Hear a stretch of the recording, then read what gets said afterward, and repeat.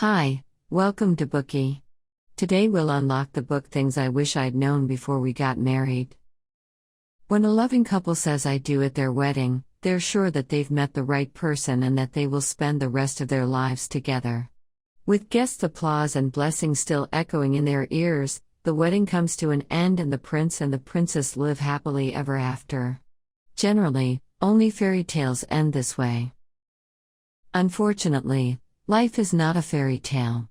Surveys show that the divorce rate in Western cultures continues to hover around 50%, and the highest percentage of divorces occur within the first 7 years of marriage. If you were to interview any of these couples and ask them, "Why did you get divorced?" you may get a standard answer: "We don't love each other anymore." After years of providing marriage counseling, Dr. Gary D. Chapman, the author of this book, has found that this situation is not unusual.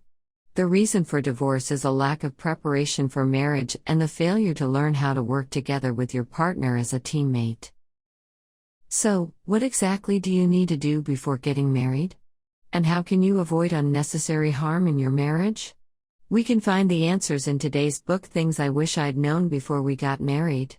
The book discusses many different potential pitfalls in marriage and discusses the psychological preparations you must make for your future together. It intends to explain to couples that happiness won't magically appear just because you got married. Before preparing for your wedding day, you should prepare for marriage. Dr. Gary D. Chapman is a well-known relationship consultant. We also introduced his previous work, The 5 Love Languages, which remained at the top of the New York Times bestseller list for many years and sold more than 4 million copies worldwide.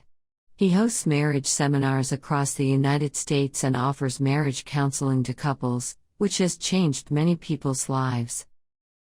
Next, let's learn how to mentally prepare for marriage. We'll do it in 3 parts. Part 1: How do you create a happy marriage? Part 2: 3 key issues that influence the spousal relationship. Part 3: Other factors that influence marriage. After counseling over 100 married couples, Dr. Chapman found that most people have a narrow view of love. For example, they say love is meant to be. If 2 people get divorced, it's obviously because they don't love each other enough to remain married. When they wake up after the honeymoon and the loving feeling that once gave them goosebumps fades, their once perfect partner becomes hateful, and many conflicts occur. Thoughts like "I must be with the wrong person" and "why did I fall for this person in the first place" begin to arise in their mind. However, these men and women don't realize that falling in love is just the first step in a romantic marriage. At this stage, both partners are willing to do anything for the other regardless of the cost. However, real romance has 2 stages. In other words, mutual affection is not enough for a happy marriage, it only lasts for about 2 years. After this stage, the couple must make a conscious effort to allow the affection to transition to stage 2, in which the most important effort needed is to understand each other's love language to better communicate with the other. In our lives, we often hear conversations like the following. The wife says, "I don't think you love me anymore, you can't even remember to give me a gift on Valentine's Day." The husband replies casually, "We've been married for so long, why do you still ask for that stuff?" Then he shows off. "I changed the light bulb today, isn't it much brighter?" This upsets the wife even more. Dr. Chapman says there are 5 love languages: words of affirmation, acts of service, receiving gifts, quality time, and physical touch. It's easy to interpret these directly. For example, words of affirmation could be sincere praise, quality time might be spending time in each other's company, and physical touch may be regular hugs and kisses.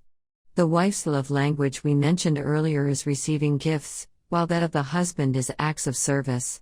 The reason they don't understand each other is that they have different love languages. They're used to expressing their own love language, so neither of them feels the other's love.